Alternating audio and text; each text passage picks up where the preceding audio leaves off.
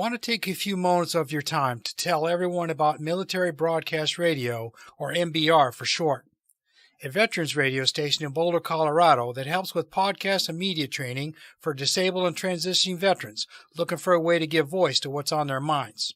They also provide support for those veterans in need through direct support or veterans help organizations.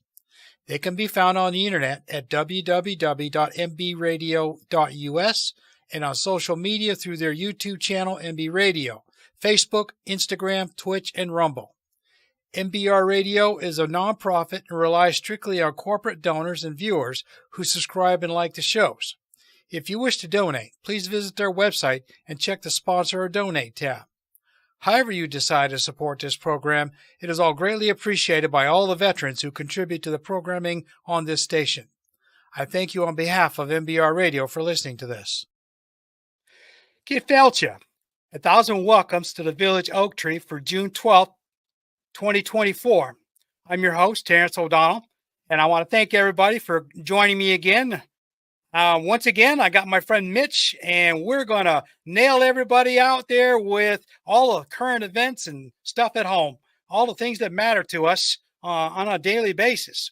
So, Mitch, let's see what we can do here.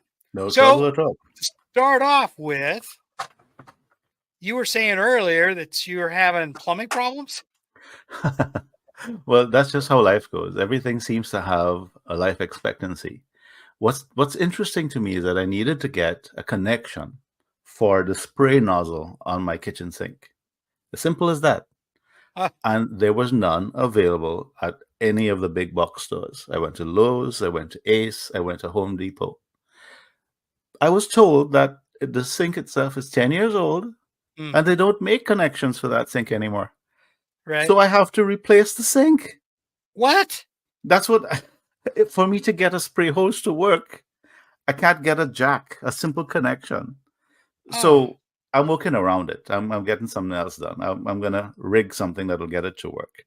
But to just buy a part in the store off the shelf is not available to me right now. Well, eBay might be your best friend right now. Correct. The interesting thing is it seems that everything is disposable. Yeah. They don't want you to have a part to repair. They want you to get a whole new bloody sink. And that's interesting. It's sad, but it's interesting. You know, that's been going on for a couple of decades that I know of. I mean, I keep telling people stories about when I had my own appliance repair business. I was a service company and doing warranty work for these big companies like General Electric and all these other ones.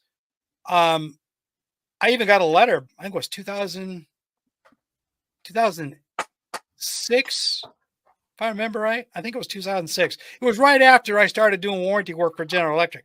I got a letter from their company telling me that they were incorporating planned obsolescence in their machines going forward, and not to tell any of my customers that, but for the plan, as a servicer to plan for it. And I thought to myself, you got to be kidding me. Really? And my company was located in a very, very extremely rural part of the United States. So the majority of my customers were still using 20 and 25-year-old machines and expecting me to find parts to repair them with. And, at that time, I still could.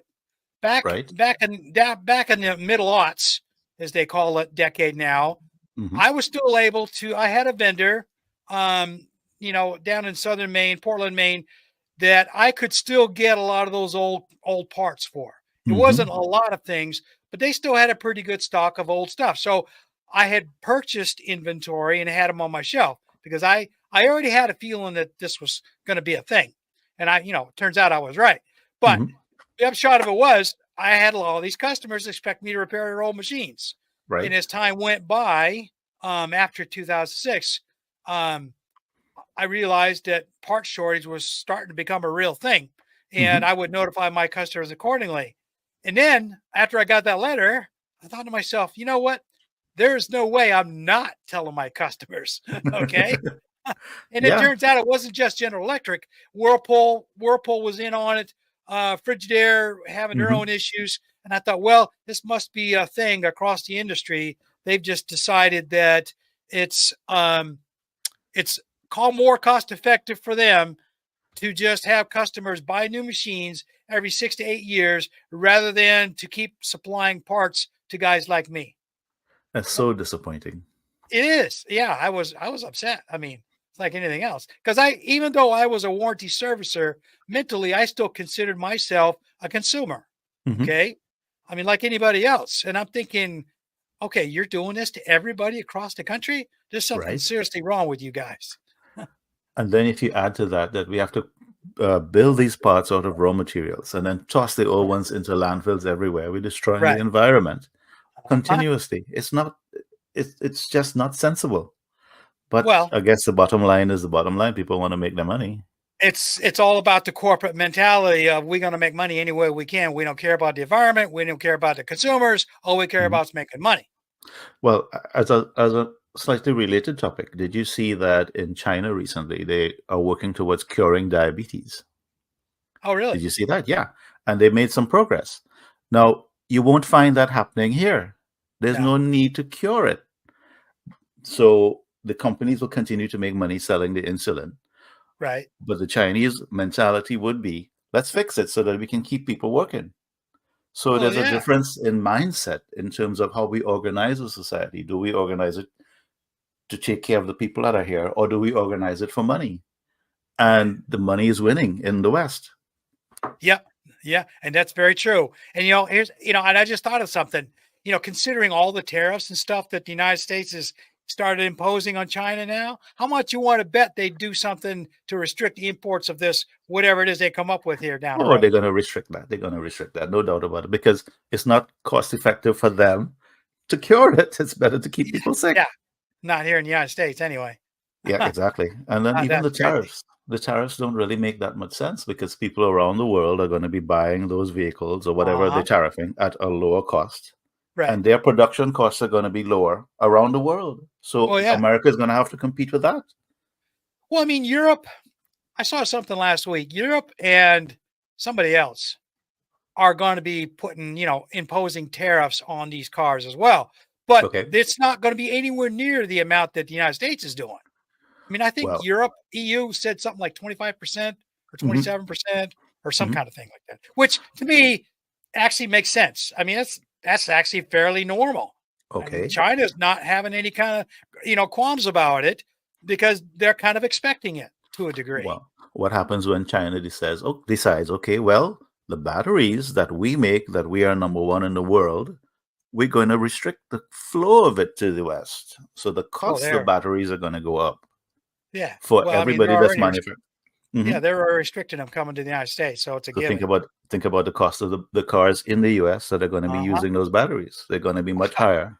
Are they Nobody really? wins. Well, no, nobody here in the United States is going to win. I mean, that's Mm-mm. that's the bottom line right there.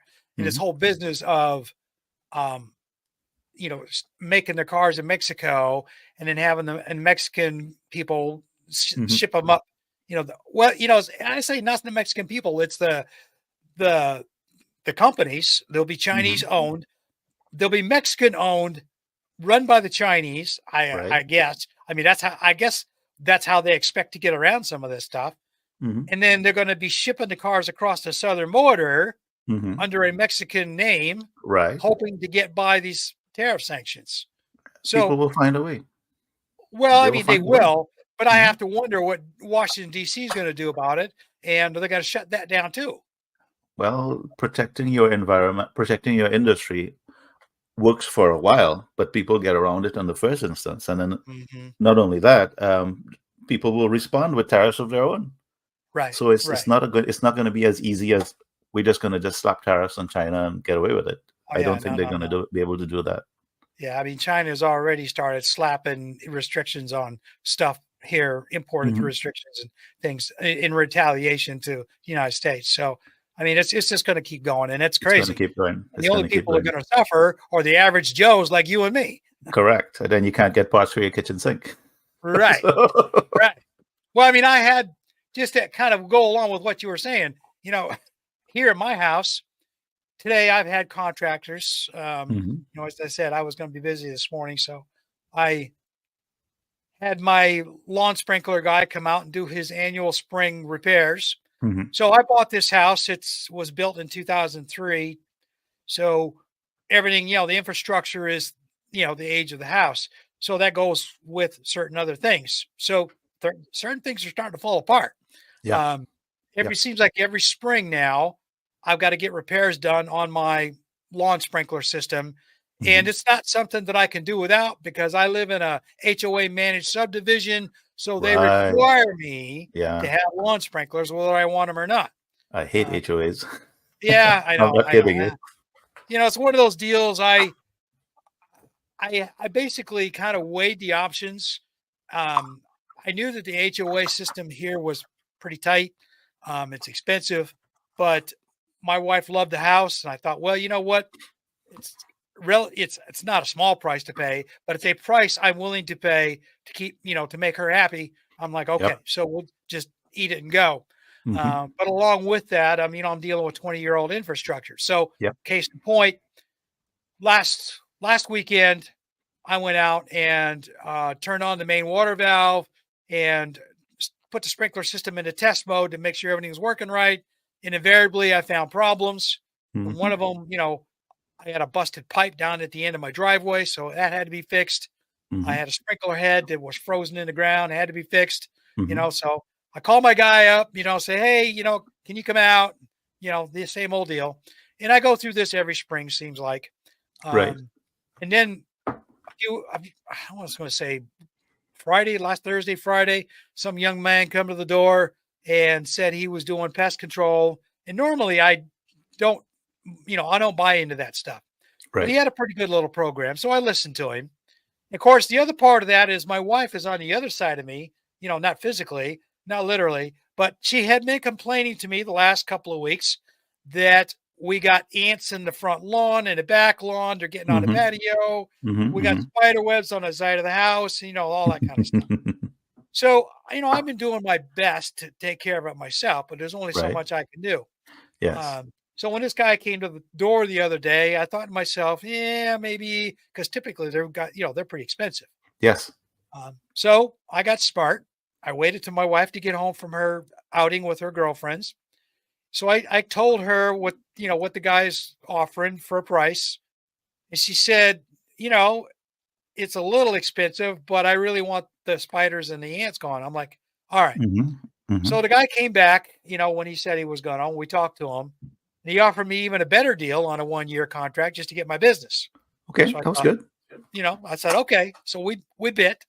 So today, one of his employees was out and to do the first initial screen. And so I've got this piece of fancy trim over one of my bedroom windows on the outside. And it's mounted into the brick fascia of the house. So 3 years ago, when I bought the house, I had hired a handyman because I got told by the how the inspector that it was loose. Now, it hadn't Right. fallen off; it was just loose. So I hired this guy to tighten it up and make it right. So today, 3 years later, my pest control guy's out there with his brush, and he brushed against it with his brush, trying to get rid of the spider webs, and it fell off. It almost hit him. Oh my goodness. So I'm out there looking at this thing, and I realized that the handyman that I hired 3.5 years ago, he didn't do anywhere near the kind of job he should have done. I mean, it was absolutely terrible, Right. and I thought to myself, this is the kind of people you get when you are busy and you can't. I shouldn't have had to supervise this guy. He's supposed to know what Correct. he's doing. Correct. Obviously, he didn't.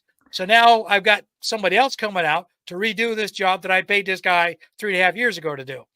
Well, what happens with some of these guys is they fix it just enough that you call them back, Yeah, well, you I know? told this guy I'm never calling him back. That was 3 years ago. But what I also noticed, like when I went to the hardware stores, people there could not advise me properly. They Oh, did yeah. not know what's in stock. They did not Nope. know a Nope. solution to the problem I had. No. They just they were quick to say, "Look, replace the sink." That's the Oh, easiest thing sure. to do. Sure, sure. I'm sure, and I even spoke to the plumber, he's 70 something years old, so he's a retired plumber, and he Uh-huh. says, honestly, there's no parts that will fit this. You'll have to figure something out. And he didn't want to suggest anything. Wow. So I have no skill in that department, and I'm Right, trying to right, figure right. out how to Well, rig something up. You here's what know. I will tell you. Mm. Sink. The hardest part about replacing, is it a kitchen sink? Mm-hmm. Okay. Kitchen So the sink. hardest part about replacing a kitchen sink is getting the old one out. Correct. Yeah. Okay. I say this only because I've done it before. Mm. Um, but typically stainless steel metal sinks, um, they're not real hard to get out. Well, they're hard Right. to get out the old, if they've been in a long time. But the new ones go in fairly quickly. And seriously, if you buy your own parts, Mm-hmm. this is the thing, and this is part of the secret. I mean, if you don't feel confident in your skills, Mm-hmm. um, you could hire a guy to do the plumbing and stuff. But Right. at the same time, you're better off buying your own parts because you'll get a better price. Just have it Correct. ready for them, and all he's got to do is come in and provide labor and um, maybe a fitting or two in case you Mm-hmm. forgot something. Right. But other than that, have everything ready. So you I'm probably working on it.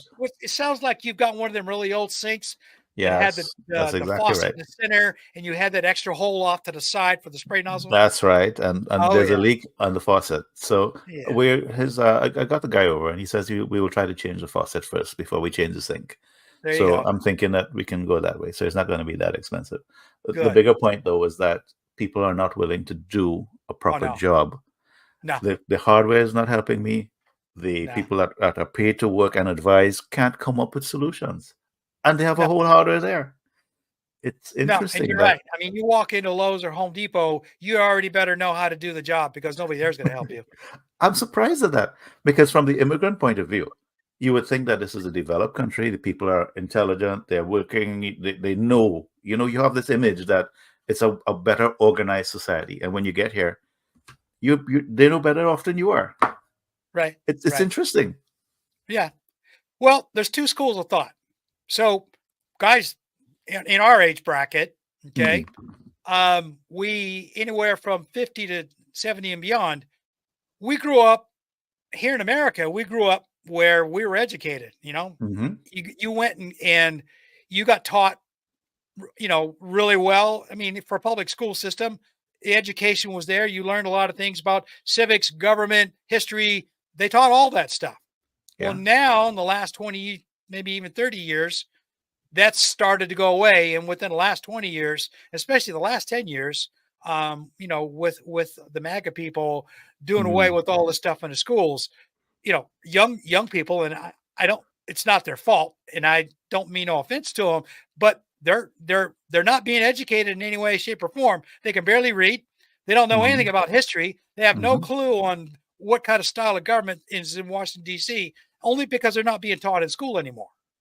Well, not only Um, that, but I think the media also is deliberately dumbing down the content that oh people are yeah, being exposed to. So true. people within the US have no idea what outside the world looks like That's true. in Well, terms you know of like, what? go ahead, let me hear you. That brings to my next subject because you know going going into a store these days, if you don't know how to do something, if you go to a hardware store, if you already know right now, if you don't know how to do something, you're done. Okay. Hmm. Because you're going to get taken advantage of. Hmm. But at the same time, overall, the United States itself right now is being taken advantage of in a lot of ways. And it goes I back can to what see it. it goes back to what you were just saying, is that by and large, the media and our government, who is in control of the media, Hmm. deliberately wants the American citizens not to be able to think. They don't want us to have any kind of stray thoughts, because that way they keep getting reelected and can they can continue their power grabbing and all that kind of stuff that goes with it. But Correct. at the same time, I'm going to ask you something, and I don't know if you heard this in the news or not. Okay, because it actually has a little bit of concern because of where you live. Okay. So, did you know that the Russian Navy is going to be in Havana, Cuba here in about 2 weeks? I saw that. I looked a little bit into it, and I saw that they tend to come every so often. So it's not as if it's a rare event. Right. Right. So I'm not that worried about it. I Well, remember reading about the I missile mean, crisis. You are, right? Are you? oh yeah. So yeah, Well, I did hear Putin's mention that he's going to provide weapons to some of the enemies of the U.S. Yeah. if we provide long-range weapons to Ukraine. So it could be Right. a tit for tat. And I'm also mindful of the Cuban Missile Crisis, where they tried to put Mhm. a nuclear missile, as if I'm not reading it rightly, in You're right. Cuba, and that caused a Yeah. whole. It Oh, yeah. almost brought the end of the world with it. Right. So I don't think they will go that far, No. but it certainly is provocative enough to make me wonder what Putin is up to. It's not looking good. Well, let me tell you a little bit of what I heard between Friday and today. Love Is it. that I heard a couple of days, before that, middle of last week, about the Russian Navy. But the big thing was that these vessels, there's a there's a cruiser, I think it's a cruiser, there's a submarine and some tenders, Hmm. supply ships basically. Hmm. And they're out on maneuvers, and he's, they they're going to dock in Havana for a few days. But they don't have anything on them other than conventional weapons. Okay. That's As what far as we know. Yes. Well, that's what Putin is saying. They're just, they got conventional stuff on them, and they're just going in for a port visit. But the timing obviously is perfect. And the only reason for that is simply because of what's going on with NATO and US, starting to do things over in Western Russia right now, and Hmm. all of the saber rattling about running missiles farther into Russia than just the border region. So obviously Putin is, you know, saying, "Hey, you guys are getting ready to cross a red line here. This is what I'm going to do to show you what that we mean business." So Hmm.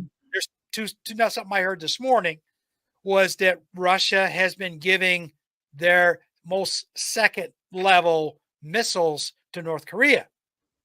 No, that's scary because Kim That's Jong, he is a nutcase. uh-huh. He's a Yeah. nutcase.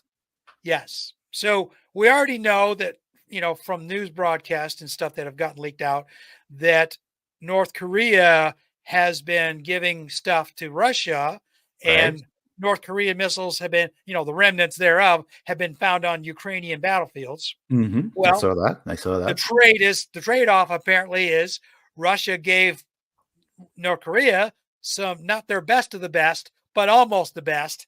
Right. Um, and so, yeah, we have to wonder, well, what's North Korea going to do with them? Correct. Yeah. And then the other thing that I suspect Putin will do eventually was send missiles to the Houthis.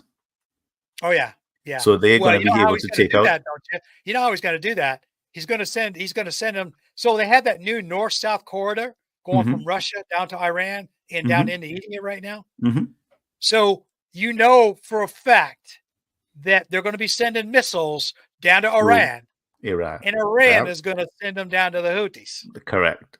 And he's going to knock sea traffic in that region of the world. It's crazy, right? Uh-huh. Because those missiles can probably take out American warships. Oh, yes, yes, without a doubt. So, Without a doubt. and you would see, I'm looking at the Houthis. They're not a naval force, and yet they're controlling a giant portion of the sea, Right. Well, I mean and that that and and they're being that bombed, and it's not helping. So, are you are you no. are you telling me that America can't stop the Houthis? Is that what you're saying? Well, it all depends. So, Hmm. yes, they could, but they would have to carpet bomb the whole country, and Correct. they don't want to do that. And they don't want to do that because the repercussions would be Yep. severe. Well, I mean, the United States and UK, by themselves, with NATO helping a little bit, but mostly the US and the UK are already in hot water for, helping out Israel. Hmm. So they don't really need any more bad publicity, and carpet bombing, Yemen definitely would not put them on the most, favored list of anybody. And I mean, here's the thing. There's another thing that's going on over there too, and there's been a lot of complaints as far as that region of the world about why the Arab nations aren't standing behind the Palestinians. Okay. Well, some of it is religious reasons. I mean, Hmm. Shia versus Sunni, that kind of thing. Hmm. Although Hmm. it's not really that big of a deal anymore. Okay. But a lot of it is, for example, Saudi Arabia. Okay. Now we all know Saudi Arabia is an autocratic, monarchy, Hmm. and they're relatively benevolent as long as you behave yourself.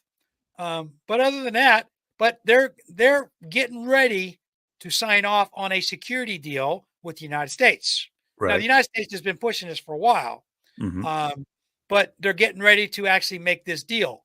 So there's been another thing here in the last few months with U.S. pushing Israel and Saudi Arabia to make a deal. Hmm. Of course, now that's out the window with everything that's going on with Israel. Correct. So I the saw U.S. that. is still pushing Saudi Arabia to make this security deal for whatever's going on. And of course, we all know that it's all about the United States. And I say this particular way simply because this morning, one of the judge's guests was saying that the powers to be over there in the Middle East are getting really tired of the United States pushing everybody around, and they Hmm. really want to push us out. Okay. Wouldn't surprise me. I was Yeah. also looking at the Saudis were considering, I don't know if they did it, not uh renewing the security arrangement in such a way that they have to sell oil in US dollars. Yeah. That was in the news a couple of days. I don't know what became of that though. Well, it's going to be a thing because Saudi joined up with the BRICS last fall. So if they stop selling oil in US dollars, that's going to That's a hit big the deal. American economy Oh, yeah. really hard. Uh I'm huh. scared about that. Yeah. Well, here's what I was telling you last week. You and I need to notify everybody in our family, okay, Hmm. and anybody we know, all of our neighbors, anybody you can tell, and that's another part of this show going out to everybody we can talk to here. Let everybody know that we are starting to see signs of a recession here in the United States. It's just Hmm. starting, but it's going Hmm. to get really bad by the time November gets around. I say really bad. I mean, it's not going to get to be 2008 level by between now and November because that's too short of a time. But we're going Right. to start feeling it Hmm. only because part of it is manufactured from outside influences. Hmm. But all these guys that I listen to, as far as the Economist is concerned, Richard Wolff, um, Professor Mearsheim, and there's one other one that they're all saying the same thing is that within the next probably 3 to 5 years, probably within the next 2 to 3 years, they're saying the United Right. States is going to be deep, deep into a recession because we're going to get isolated by BRICS in Right. general, but primarily by China and Russia. They're going to shut us off, and it's going to get really Hmm. bad. And then I've been reading that we get into $1 trillion in debt every 100 days, Yeah, something like that. It's yeah, crazy. it Um, is. one of the things that I can share, being an immigrant, is that the economies around the world are not built adequately to do just-in-time deliveries. Right. So that means that you'll always find a warehouse full of spare parts. You'll Hmm. always find people preparing for water shortages, or there will be power outages. So people prepare for those things knowing that they're coming. Right. So, for example, most houses in the island of Trinidad, where I'm from, there is a giant water tank, a couple hundred gallons, because the water Hmm. can go for a week. And it can go for a week because there's no spare parts available to run the pumps. Wow. You see where I'm coming with, right? So if Right. we're going to have supply chain disruptions, you may not get a part for your pump at the actual utility, and you don't get Mm. water for a week. So you prepare for that. You have giant Right. tanks. In the same Yep. way, you may be missing a capacitor for your HVAC. It might be Mm. good to have an extra one in your house Right. instead of looking for it at the hardware and they tell you there's a 2 week delivery time. Mm. So it's we speak in terms of resilience as opposed to just in time. You become more resilient by stockpiling the things that you think you would need ahead of time. Yeah, I used to do that. I need to Hmm. do that a lot more now. I mean, with this Well, stuff that's coming on the horizon, that's I've what I'm already thinking. started making a list. Hmm. It'll be good to share that list with me. I'd love to read it. You know, but I mean, Well, if there's an emergency, let's say a hurricane comes through and there's no drinking water, you may mm, want to have the means to purify some of that yourself. right. It's not Well, ways to take care of your sanitation, right. your hygiene, and all that. Well, I mean, outside of. cheesecloth and iodine tablets, I suppose. Well, I mean, we figure it out, right? Ahead Right, of time. right. Ahead of time. You don't want to be fumbling for it and it's not there. Well, I'm thinking, when I lived in Texas, we used to have issues with the water and electricity and stuff there. Um, and so we always kept a large stash of, bottled water in hand. Hmm. Hmm. Um, and I'm thinking to myself, as much as I've stopped doing that because of all the scare tactics with microplastics, I'm thinking to myself, well, okay, I got to weigh one bad against another bad. What's Well, the worst that I need to worry about? The worst I need to worry about is not having water at all. I I'd was rather about to have bring up water with a little bit of microplastic than no water at all. I was about to bring up the microplastic. I just read an article where they were saying that human semen contains large quantities of it, Yeah. and it has negative reproductive qualities Oh, yeah. about that. You don't want it. You don't want it there. So No, no. what I've been doing? It's a little bit crazy, but I get glass bottles and I Oh, really? refill those at the at like Walmart or wherever. Oh, really? So there's no microplastic in the glass bottle, True, and true. the source of the water would be a reverse osmosis dispenser that is in the store. So Oh, there would probably be some microplastics in that, but okay. I'd rather have as little as possible.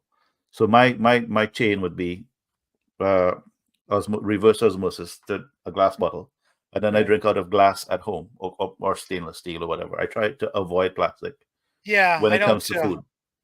Yeah, I'm the same way. We don't eat with plastic plates or glass or plastic No, I've been getting rid things. of those. And even those Right. paper plates, those disposable ones, those are Hmm. covered with PFAS. You don't want to Yeah. do those. Get away Right. from those. Yeah, I read that here a while back. Mhm. Yeah, that's. I So, told my wife. I said, "Yeah, we're not eating out that stuff anymore." mm-mm, mm-mm. Uh, So I we mean, do glass. you can go to the store and buy the hardened up cardboard ones that don't have any plastic on them. Yeah, but they But cover them with wax proof, whatever, and I don't trust that. no, You man, know. you're right. You're right. You have to be really, really careful about what you get these days. You Well, know. that's the thing. You see a movement towards convenience, but at the cost of it is your own health, Uh huh. and Uh huh. it's not wise. It's Well, just see, now crazy you that. give me, we're talking about this. You give me some ideas here. So, like I said, I was thinking, go to Costco and buy several cases of bottled water. And I'm thinking, well, you know what? Instead of spending all that money on that, Mm-hmm. I can probably find some recyclable glass, Mm-hmm. glass jars or Mm-hmm. stuff that people have thrown away, Mm-hmm. or it's available somewhere somehow. But if Yeah, I I bet got you if mine. I were to look around a little bit, I could Mm-hmm. bring them home and fill them up with water. Mm-hmm. Mm-hmm. There would be filters, I suppose, that could filter the microplastics, but I didn't want to go Cheesecloth, that far. Cheesecloth, cheesecloth. okay, okay, that's something to think about. I Well, don't know the Britas and all that, so. let me tell you a little story here. I mean, this Mm-hmm. it's it's more or less it's survival training.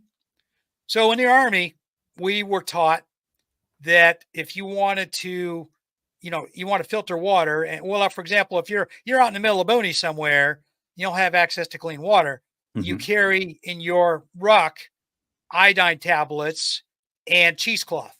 Okay. Right. And when you want to filter some river water, for example, you do put about 3 layers of cheesecloth together and you make a funnel out of it for Right. your water canteen, and you filter your water that way. Now, I don't know, it probably wouldn't do a lot for the really small microplastics, the micro stuff. You know what I Mm-hmm. mean? But it would filter out a lot of stuff. Mm-hmm. Mm-hmm. Mm-hmm. Now, I bet you because of all this, I mean, this microplastic stuff is nothing new. So I want to bet that they are coming out with products on the market right now that you could actually filter that stuff out with. You just have to look for it. You probably have to look for it, yeah. So So that's that's something to think about. I got my bottles from Amazon. Amazon had some wine jars, like 1 gallon. uh-huh. I go to Walmart. I think it costs like 40 cents to get a gallon of water. So you can So buy what? Empty, you can buy just like a case of empty wine bottles. I get them 4 at a time, and they're heavy. That's the Mhm. downside of it. So you Right. can't lift 4 of them at a time. Right, So right. I fill four of them at a time, but Oh, yeah. it takes a little bit of effort to get them done. And Okay. that's what we drink out of. We drink that. Right, right, right. I try Huh. not to get the bottled water. We have bottled water, mind you. If there's a hurricane coming through, and it's better to have something than nothing. Oh, So I right, do right. have a couple of plastic bottles filled up, but Yeah. other than that, I try to avoid doing the plastic bottles Right, right. as Well, I much as mean, possible. last year is when I stopped. My wife was always big about having water bottles here, for water. And I told her about all this microplastic and it scared her. So we stopped doing it. Hmm. Now I have a really tight water filter on my refrigerator. So Okay, that's where I get my clean water at, yeah, is that through the makes sense. filter Yeah. system in the fridge. Hmm. You know, now whether it takes out microplastics, truthfully, I never asked to. Fair Again, I may enough. have to look into that. Um, Fair enough. Fair enough. But you know, we're exposed to so many things that in our daily lives that our bodies have not evolved to deal with. right. That it's no small wonder that we're breaking down. Well, yeah, You the know, I mean, and breaking then down like these machines that are on obsolescence. when you look at the birth rates, for example, Oh the yeah. birth rates are collapsing, right? Yep. And microplastics are being found in semen. So it's not just the microplastics; it's also the PFAS. I wrote an article about that the other day. Yeah, I remember seeing Um, it. yeah, so we are exposed continuously to a level Mhm. of chemical contamination that our bodies just cannot deal with, Right, and right. it's inextricably linked to modernity. Modern life is based on having those things in the environment. You can't go Yep. to a doctor's office without getting exposed to some amount of plastic. The That's true. syringes, the needles, everything. Plastics are heavily intertwined into the medical field. Yep. So you're not going to be able to have a modern society if you cut back on plastics. True. So we're damned if we do and damned if we don't. Well, and there's a lot of truth to that. And the funny thing about that is I remember growing up on a farm, in the Hmm. 60s and 70s, and we didn't have hardly any plastic, if any, Hmm. very little. Nothing Right, that you would consume. I mean, you right. had your furniture stuff, Hmm. minimal furniture, but even in my house, almost everything we had was antique, so it was all made out of wood. Those are the Um, ways. Those are the days. yeah, Yeah, yeah, good stuff. and we everything else we did was in glass jars. There was no such thing as plastic bottled water or any of that other stuff. Right. Truthfully, I'm thinking back all those years ago, and I don't remember hardly any plastic. I mean, I remember just before I left home in the early 70s, my mom started using Tupperware, but Right. that was a relatively new thing for our household in the early 70s. And Before that, I don't even remember that. I don't think we even had that. So, yeah, that's kind of the thing. I mean, of course, Tupperware obviously is going to be right full of microplastics. So, and it would have um, been the plastics that would leach chemicals into your food. It's not going to be the uh, safer plastics, if any are right. safe. That's You right. know, That's right. Yep. Did you know that the U.S. military considers PFAS manufacture to be a national security issue? I read that. Yeah. Yeah. So Because that it's in means that everything. it's in everything: bombs, bullets, the Uh-huh. waterproofing on your guns, the greases. Well, I'll They give you an idea as mm, far as like what you're talking about. So we used to have to deal with this chemical called cosmoline in the military. So whenever okay. you get a new weapon or a piece of metal for spare parts for machinery, things like that, it would come in a crate and it would be wrapped up in cosmoline and wax paper. And of course, you had to clean all that stuff off with solvents, Hmm. Oh boy. petroleum solvents, and Right. make it right, and then you could use it. Same thing with guns. I mean, new Hmm. guns, break them out of the cases, clean them all up, get all the cosmoline off of them, and then take them out and put them in the armory. But Right. and so that's all oil based as far as that goes. Um, but it kind of goes back to everything else. You get exposed to so many different things. Who Yeah. knows? Yeah. I mean, I have never heard anybody tell me whether cosmoline in itself was bad for you, but the fact that it's petroleum based, it probably was. Well, if it has any level of PFAS in it, and you're continuously exposed to it through your Oh, skin, right, it's not right. going to be good. It Well, can't be I good go for back you. to even go back to the 70s. Our Hmm. military uniforms were fire retardant, Oh boy. okay? And so, yeah, and that makes me think that, well, yeah, they probably were loaded right up with that stuff. Yep, there would be. There would be. So it's again, damned if you do, damned if you don't. You can't Wow. have a modern military without those products being available, Oh, that's scary. Because and I everybody's remember, exposed to it, right? yeah, I remember in the 80s, they switched us out of those old things because nobody liked them, and we Hmm. went back to cotton, cotton trousers, blue jean type, cotton trousers and cotton Right. shirts, for that. And then later on, I think after I left, they switched out and went to something else. So who knows? Okay. But Who knows? the camouflage uniforms have changed dramatically. I mean, Hmm.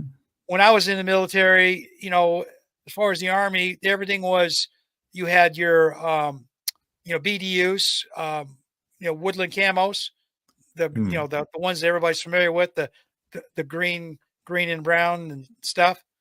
Then they switched out to the I forget whatever they called it, some kind of a pin. I don't know. My son Hmm. had it in Iraq in 2005, 2006, um, and that was full of all kinds of chemicals. Right. Um, and then they switched out now to this other one that some computer system invented, and that's what they're wearing now. And it's I'm sure it's right full of something. It's not so my original uniforms back before all these changes, we're going back to the early 2000s and stuff and late 90s. These uniforms were all made out of cotton or a you know what do you call it variation thereof, but Hmm. they weren't full of this chemical stuff. Okay. Right. Not Um, anymore. no, and oh Not yeah, anymore. yeah, yeah, it's all different now. Not It's crazy. anymore. It's crazy, yeah. But I mean, I guess the military is considered to be expendable, quote unquote. So these are Well, the, right? Uh, Tough nut to swallow. Well, Ooh. as a soldier, we always knew to a degree that we are expendable as far as that goes. It's an expectation that's drilled into you from basic training. Mhm. Drill, training, build up your muscle memory so that you don't have to think about what your next move is and all this kind of indoctrination. Don't think about anything, just do what you're told, so on and so forth. Hmm. Well, as you get further up into the ranks, you learn to think because you're supposed to take care of the juniors. Okay. Right. Okay. So that kind of goes along with, becoming a senior NCO. But at the same time, you're still full of that indoctrination of, the higher ups are telling you, and in this case, it's the Pentagon and that, once you get up to a certain point, the Pentagon's the one dictating everything. They're telling you what uniform to wear, where your unit's going to go, where you're going to deploy to, and all this kind of stuff. What you're going to do when you get there. Those parts you don't have any choice of. Um, Right. Well, what I'm hearing you saying is that there's a lot of training to build up muscle memory and the yeah. ability to follow orders. Yep. So, just to turn the direction a little bit, what's happening in Ukraine where those guys are getting 1 week, 2 weeks of training and then sent out into the field to fight? They're getting killed quickly They're getting killed quickly, right? or captured. But I wonder if they're surrendering because Oh yeah, they I, are. They are. oh Yeah, gosh, this has been going on for 2 or 3, 4 months now. Ukrainians have been surrendering like crazy. They get overwhelmed by the Russians, and rather than just dying to the last man, which is what you know, back in 2022 and early 2023, that was the big thing. Ukrainians were, oh, we're patriots. We're going to fight the Russians, and we're going to die to the last man. Well, that got old quick when these guys started hmm, tired and realized that there were no recruits to come in behind them to give them any relief. They started getting tired. When you right, get to the point where you're so tired that you can barely hold a rifle anymore, right, and some Russians, a Russian squad comes in there, surrounds your foxhole, and offers you food, water, and a little sleep. Well, guess what? It's not real hard hmm. to make the right choice, Oh and my off they go. goodness. So So, I don't. I've heard two sides of the coin. I've heard stories on the West, in the Western media, that when the Russians were capturing Ukraine soldiers, they were torturing them, treating them really badly, all kinds of stuff. Okay. Then Hmm. I heard from the other side over there that the Russians were treating the Ukrainians better than they were being treated by, their own superiors Right. in the trenches and stuff. So, and the other part of that too was Russian soldiers that were initially getting captured in 2022 by the Ukrainians were getting treated really well. And so it's like, okay, you know what? Who do you believe, right? Who do you believe? Okay. And then I've been I'm, hearing, I've been hearing. right now, I don't know who's right, who's wrong. I know a lot of things are wrong. That much I know 2 years into the game. There's a lot of things that are absolutely wrong over there. And I'm watching Right. all of that very closely. But at the same time, I'm also kind of watching with jaded eyes on how much Russian propaganda are we getting? I mean, we all Well, know there will be a Putin is lot an of it. autocratic leader, but is he as bad as everybody makes him out to be? Well, I mean, America has its vested interests, so we have to regard them with suspicion. But Yeah, see, this is the thing. What we were talking about education a little while ago and how people can't seem to think critically. right. Another thing that I'm noticing is that people are not empathetic. No, I'm not talking about empathy where you worry about somebody's feelings. I'm thinking about projecting yourself into the mind of, let's say, Putin to Uh, figure out what he's thinking and what his possible emotional state might be and where his actions might go that because of you projecting into him where his mind where his state where his mental state may be. yeah. Are the people in charge of the military or the politicians even thinking about that? Because I'm hearing people like Lindsey Graham, let's say, speaking about nukes. Uh, yeah. Are we going to nuke a great power with nukes? It's insane. Well, these guys obviously have never set foot on a battlefield. Nobody wants to do that. I have never set foot in a battlefield. How come I can see that as a terrible thing to do? Yeah. Well, that's just it. These guys think they're safe. So there's a difference. You and I are average Joes. I Okay. just, yeah, yeah. We make an average annual salary based Hmm. on whatever we're going on. Okay. But we're average Americans. Hmm. Now, you got a guy like Lindsey Graham, who's a career politician, and he's inundated with lobby money from all sides. He's rolling in money. So he's well protected. Guys like him don't have to worry about bunker busters and nuclear bombs raining down on him because he's got a bunker somewhere or he has somewhere else he can be when this stuff comes. Right. He's gonna take care of himself because he's got money to do so. We don't have that kind of money. So I didn't we're know that. whatever these idiots do. And that's the Yeah. sad state of affairs. So I can look down. I can look into the mind of, let's say, I can project into Putin maybe what he's thinking, Mhm. that the West is coming against him. There's Yep. economic sanctions. They're Yep. talking about opening corridors where they can flood maybe how many Uh-huh. hundreds of thousands of soldiers into Russia. Yep. What do you think he will do? I think he He's would gonna do nuke. what he's gonna do to protect his country. But he has a doctrine in place, and I think he's going to use it. I think it's going Yep. to be nukes, Yep. right? If his country is being threatened and all of That's that, right. We nukes. don't if you go back to these guys that have been on the judge's show last couple of days, they're all saying the same thing, is that Mm, by and large, Putin has yes, he has sent a lot of his troops to the death over there on the western border to try and take care of business.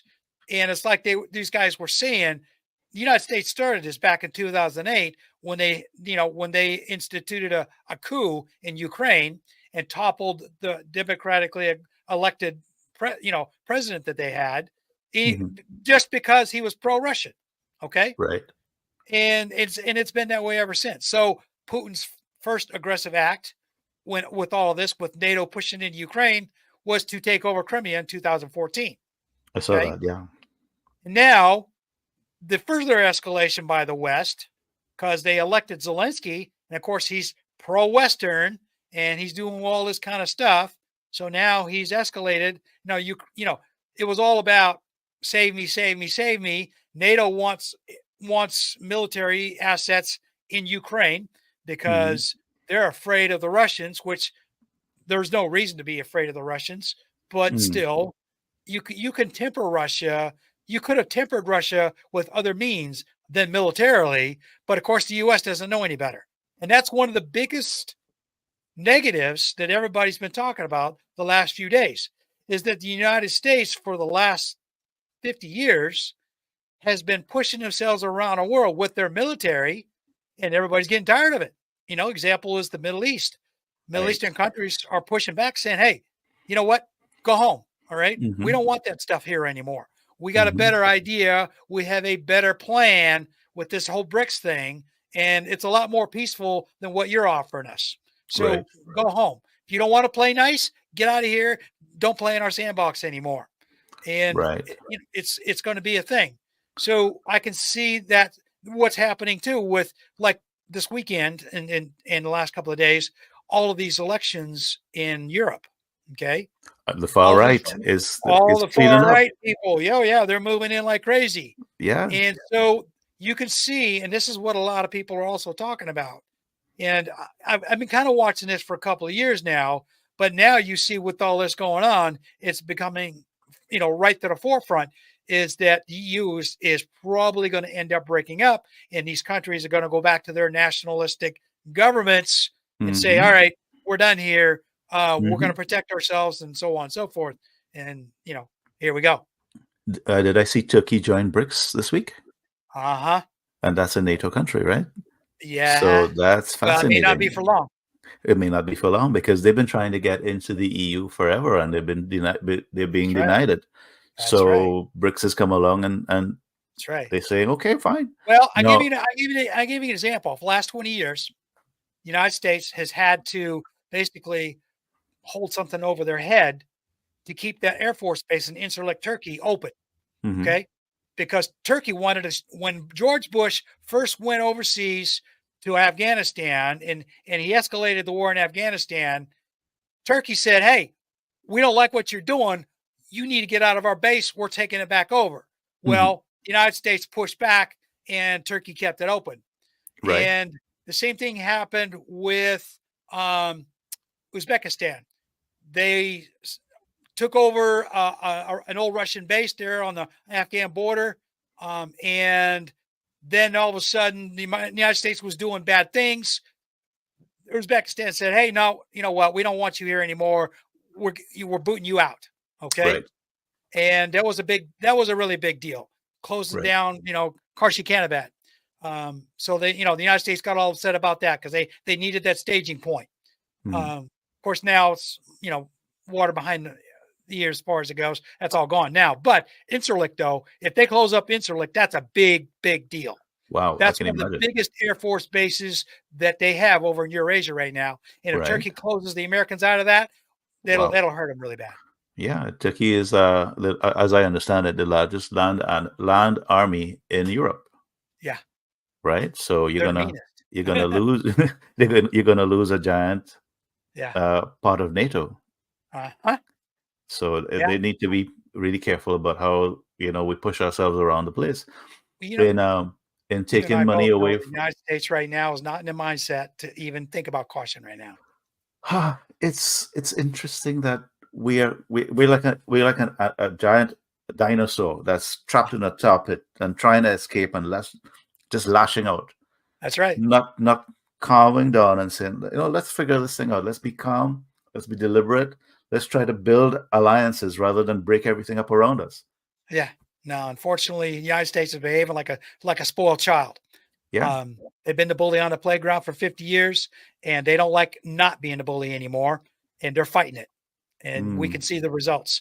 And like I said before, the results are going to be the American citizens who are going to take the brunt of all of this because we're going to see, inflation go through the roof. We're going to see a yes. recession, and we're going to see Inflation. imports get shut off, Hmm. and we're going to see, overseas bases getting closed out and all kinds of Yeah. stuff. Hmm. And it's going to be an absolute mess here in the next 5 years. I'm seeing it just as you're seeing it because China just dumped a whole bunch of treasuries. Uh-huh. Right. Where's all the US gonna go when people around the world decide that they don't need as much? Well, It's that's gonna just it. Are they going to keep printing it and printing it? That's That's the inflationary. scary part. Yeah. Are That's the they going to scary just keep part. printing money? Whew. I mean, Well, I mean, that'll kill us. the choice is to tax people more Ooh, or cut back on spending.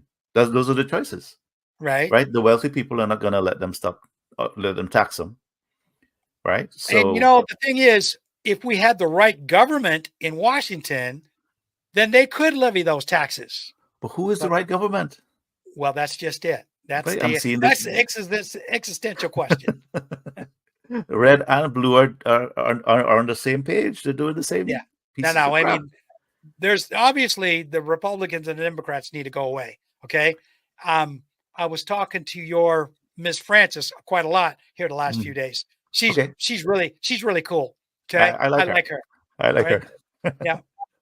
Her and I have been talking a lot about this. And one of the things that we talked about was she's a big Bernie Sanders fan. And I I agree would with her. I would have voted for Bernie. If I had the Absolutely. opportunity to vote for Bernie, I would have voted Uh-huh. for Bernie. Absolutely. Yep. I would have been right there. Yeah, So, it's you know, sad what it we're is left with. sad. Now he's too old, but it's like I was telling her this morning. I wrote her a message this morning saying, Mhm. what we need is a younger version of a Bernie Sanders. Hmm. Well, it sounds like you want to go up for political office, my friend. Oh, no, no, no. I'm too old. No, You're younger no. than Biden. Come on. Yeah, well, no, no, that's all right. I'll let that pass. Well, listen, Yeah, not about- it's getting to be close to the hour, so I'm going to cut this short here. no trouble Okay, at all. all right. But yeah, this was really good because you and I, despite from different backgrounds, Mhm. see eye to eye on so many things. Well, I think it's because of our age. We're looking at it from the perspective of time and maybe Right, an educational background that is similar. We can see, we can think. right. Well, It's the we're other not part of it too is I spent probably a good portion of my adult life outside the United States. there you have an outside perspective, right? Right, right. Yeah, I spent most of my life outside the US, and now that I'm in, I can see, what people Yeah, are not seeing. yeah. We don't have blinders on. Yeah, yeah, and it's scary that the way people are just going about their lives thinking that everything will stay the same. I can't Right, see it. right. Yeah, that's I pretty can't see scary. it. Yeah, I know. Well, listen, I'm gonna close this out. So I appreciate you coming back. Anytime. You know what? If you're up with that, we'll keep doing this. We don't have to do it every week, obviously, but I can see us making a regular thing about this as things I'm pop up cool in with the it. news. I'm cool with it. Whenever you're ready, just let me know. Okay. Well, very good. All right, Mitch. Thanks a lot, and I'll talk to you later. Anytime, my friend. Bye. Bye. Well, that's all I have for you guys here this week. A pretty interesting conversation. As I said, Mitch and I are pretty much eye to eye, even though we have different backgrounds. And so I would like to see a lot more people with backgrounds that are not quite mainstream and listen to this and see what happens. Maybe we can change things around here in the future. So with that, we'll call it a day, and I'll talk to you guys all again next week. Thank you for listening to the show today. I hope you enjoyed it, and that you'll return again next week for another episode of the Village Oak Tree. This is Shawnee. I hope you will continue to let me come to your village to bring you some news from the outside that might make you think a wee bit. Please share this podcast with your friends and relations. The more you share, the more we can convince enough people to make a better place to live in here around the world. As I say goodbye this week, I wish to leave you with this Irish blessing as you go about your day. May your hand always be stretched out in friendship and never in want. Slán go fóill.